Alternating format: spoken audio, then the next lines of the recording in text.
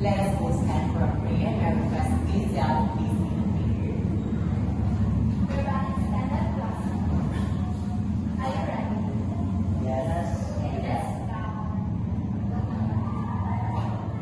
Son, Holy Spirit, our Father, in heaven, hallowed be thy name, thy kingdom come, thy will be done. Give us this day our daily bread, and forgive us our sins, as we forgive those sins against us.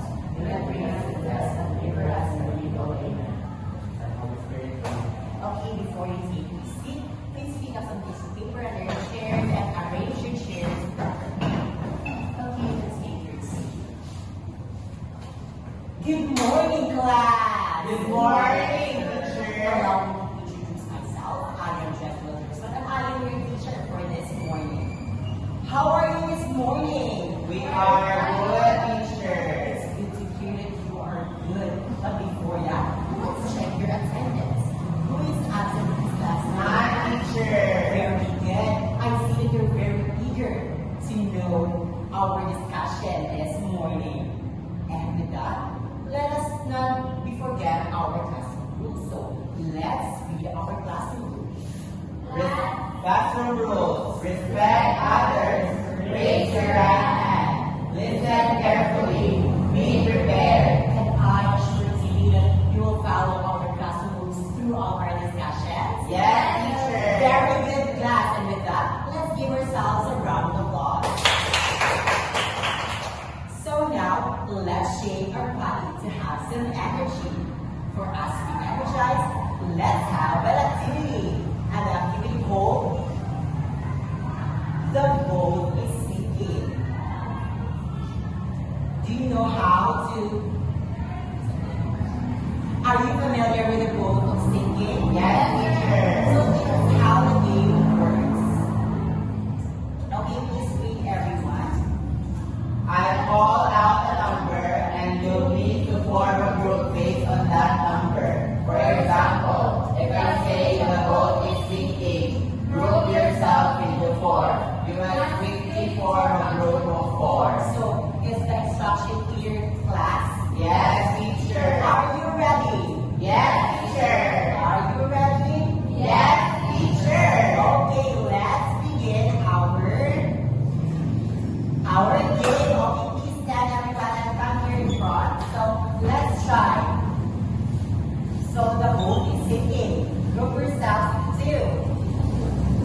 And so it's just a trial. So this is the final. 1, 0. The boat is sinking. Group yourselves to 5. The boat is sinking. Group yourselves into 2. And so please take your seat. So there are 4 of you. So let's continue. So the boat is sinking. Group yourselves into 3. And okay, you can say it. And the winner is Lloyd, Ashley, and Juan. Thank you, teacher. So do you enjoy your activity? Yes, teacher. Let's have another activity. Do you want another activity? Yes, teacher. Let's have another activity. And the activity is called Solve and Describing. I will post a picture that has missing parts. All you have to do is to choose if it's where is the missing pieces. If it's in the letter A or letter B. Are you ready? Yes, I sir. will group the class into 2. This will be the group 1 and this will be the group 2. Okay. All you have to do is to pick where is the part of the missing pieces of the picture. Is the instruction clear, class? Yes, teacher. Are you excited? Yes, If teacher. you're excited, clap once. If you're excited, clap twice. Alright, let's begin. This is the first. Oh, wait. If you want to answer, just raise your right hand. Yes, Is that clear? Yes, teacher. Very good. So let's begin. This is the first picture. Okay. Which pieces or part can complete the missing? I think A, teacher. Why? Because it's the body part of the. Let's see. Da-da-da. Very good.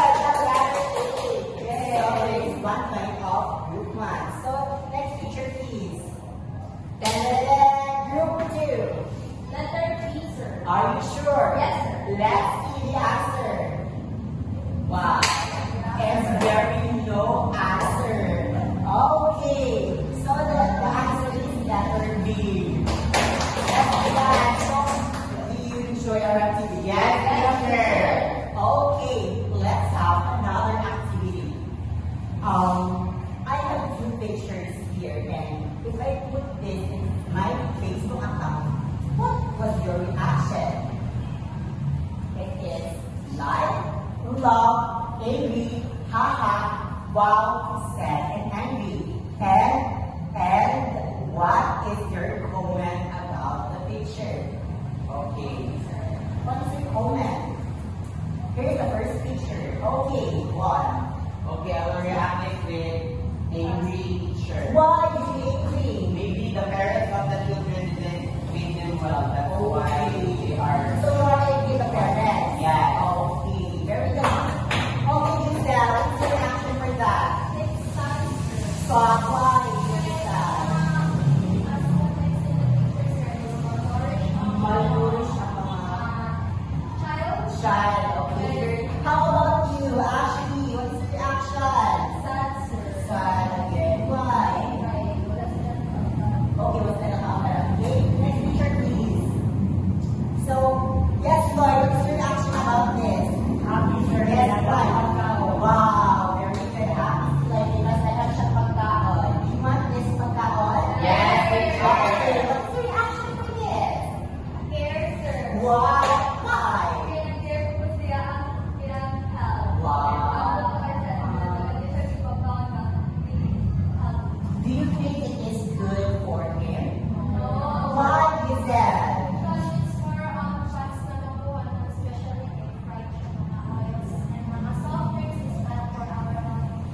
Okay, so what do you think is the reason why tambok siya? Yes, what? Sir, I can see the picture, sir. Lahat kasi kasi nutrients na makuha. So, that's why tawag siya because maybe ang isa ka na hindi na siya excessive na nutrients yan ako. So, na siya over-nutrition, sir. Okay, overnutrition nga ba nito? How about you, Ashley? Why do you think tambok ang bata? Do you think kusgan siya?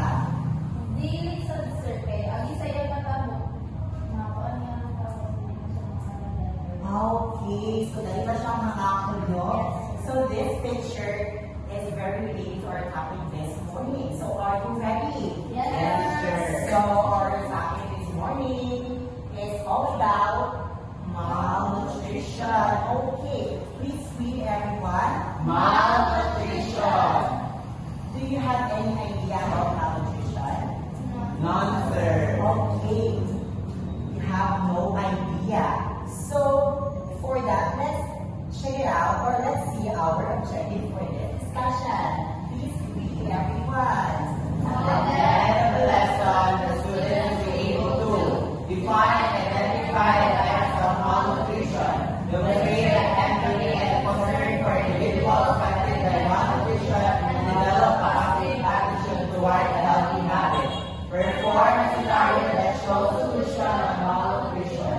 Alright, this objective will be successfully gained for our everyone if we work together and cooperate each other. Is that clear, class? Yes, teacher. Are you excited? Yes, teacher. Fasten your seatbelt because we are going to discuss what is malnutrition.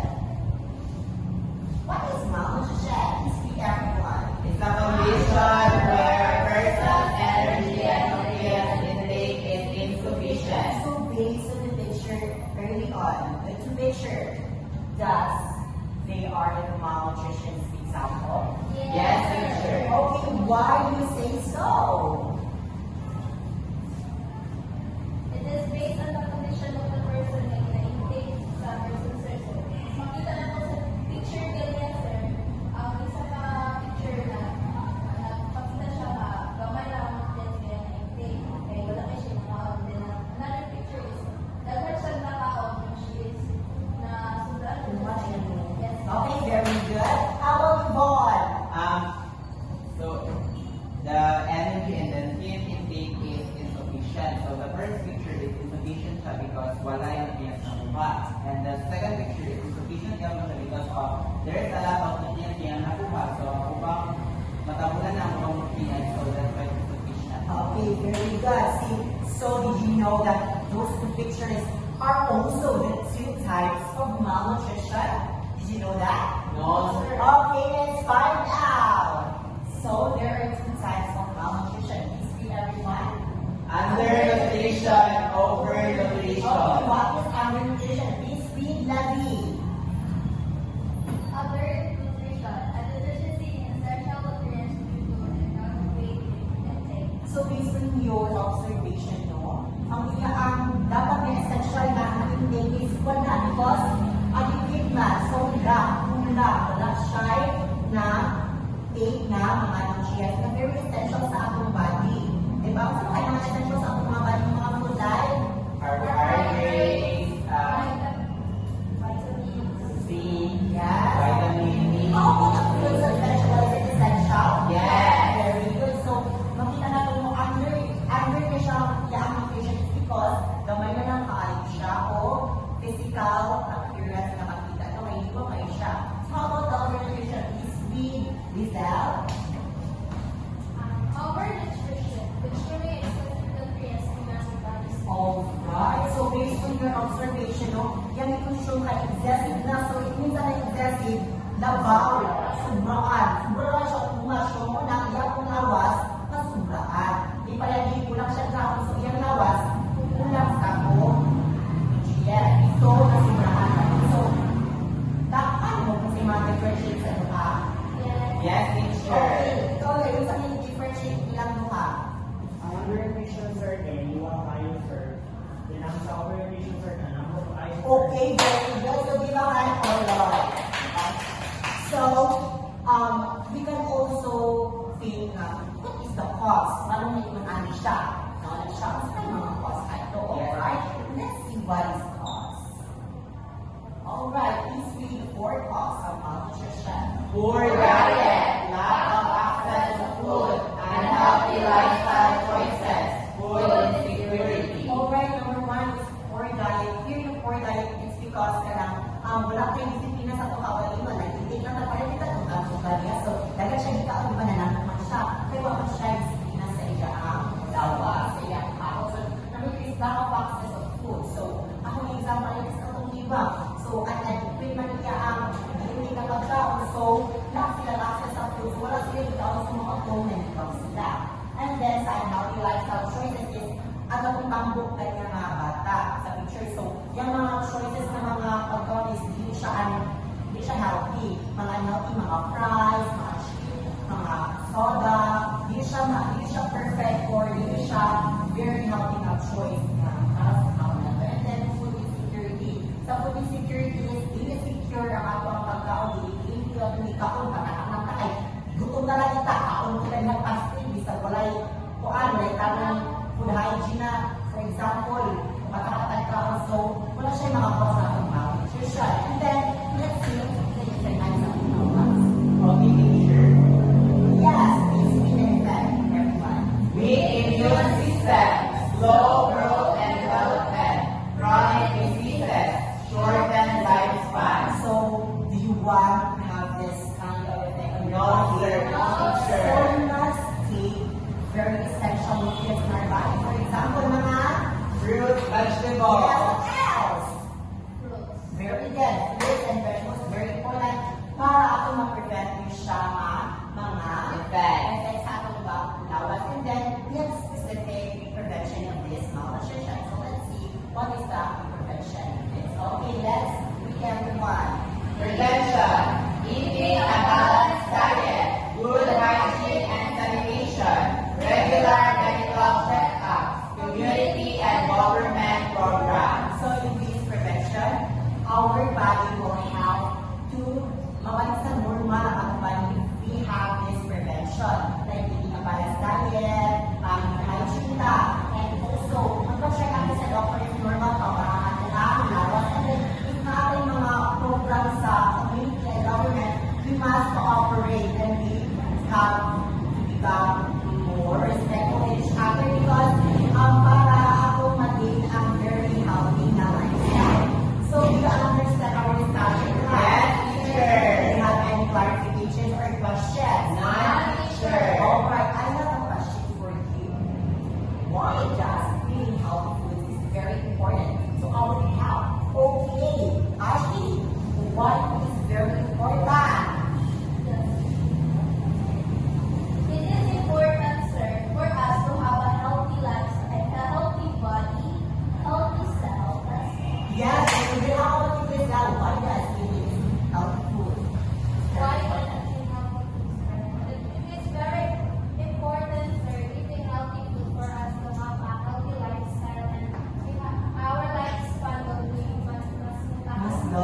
very good. How about the last one? Okay, I believe, teacher, that eating healthy food is important to our health because when we're going to talk about health, it is involving not just our body, but also our mind and soul. Okay. So we have to be responsible for what we're eating because our body is the foundation of our aspects of health, sir. Okay, very good. Let's give ourselves a round of applause. So you know that malnutrition is very alarming to our health. So let's have another activity. Do you want another activity? Yes. Are you ready? Yes, The teacher. title of our activity is called Lights, Camera, Action. I will group the class into two. This will be the group one and this will be the group two.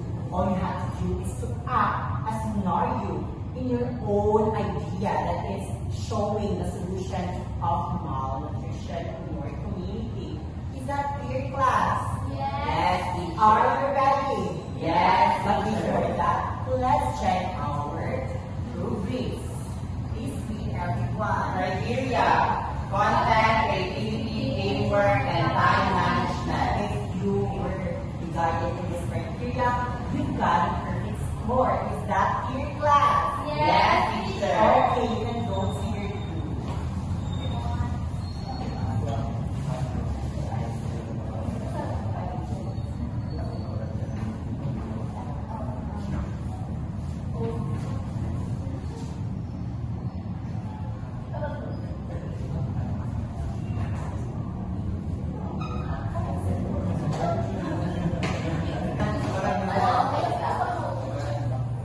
All right, time's up. So, please take your seat. So, the first group to perform is the group one. Group one.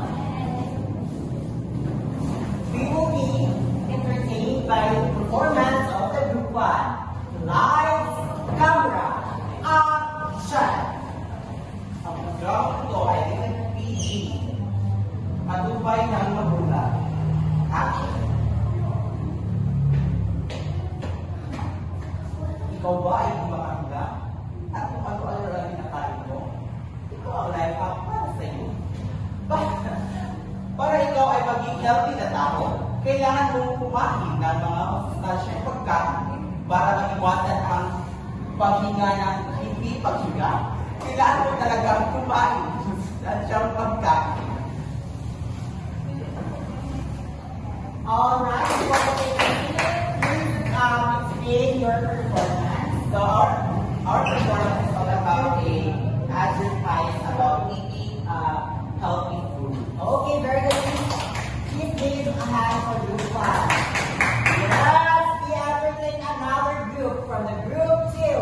Lights, camera, action.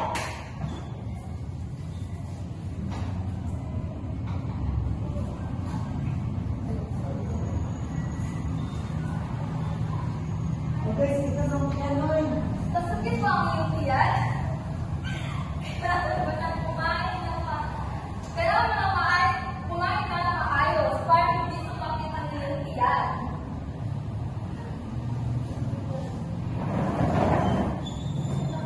Ano nangyari sa iyo?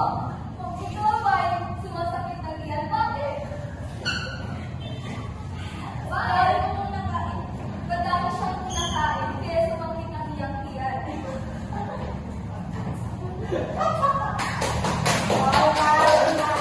I was very entertained, very joyful with the performance. So I will give a grade for group one.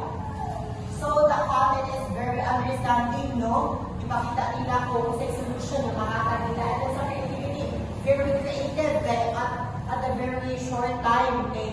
Inato na nilang nakakita din sa teamwork, silang gawa is nagkinabanay. And also, time management in a exact time na perform niya and very well. So I'll give a perfect score. And sa group ko naman is content. Very paano ka lang, very unique ang ilang idea. And also, very creative. The words that they use is very captivating. hope for the audience as well, and also the teamwork. They're work together as a group, and the time is very accurate for the activity. And I will give also a perfect score for the group that So now, please get one more sheet of paper for our quiz. So, please say if you're ready. We're ready. Alright, so here is the quiz. Number 1, please read the instruction. Encircle the letter of the correct answer. Okay, we start answering. Circle.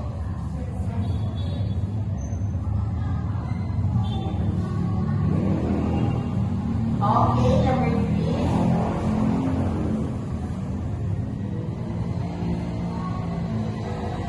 Alright, let's check your answer. Okay, number 1, please read everyone. Malnutrition is a primary cause What by is the answer?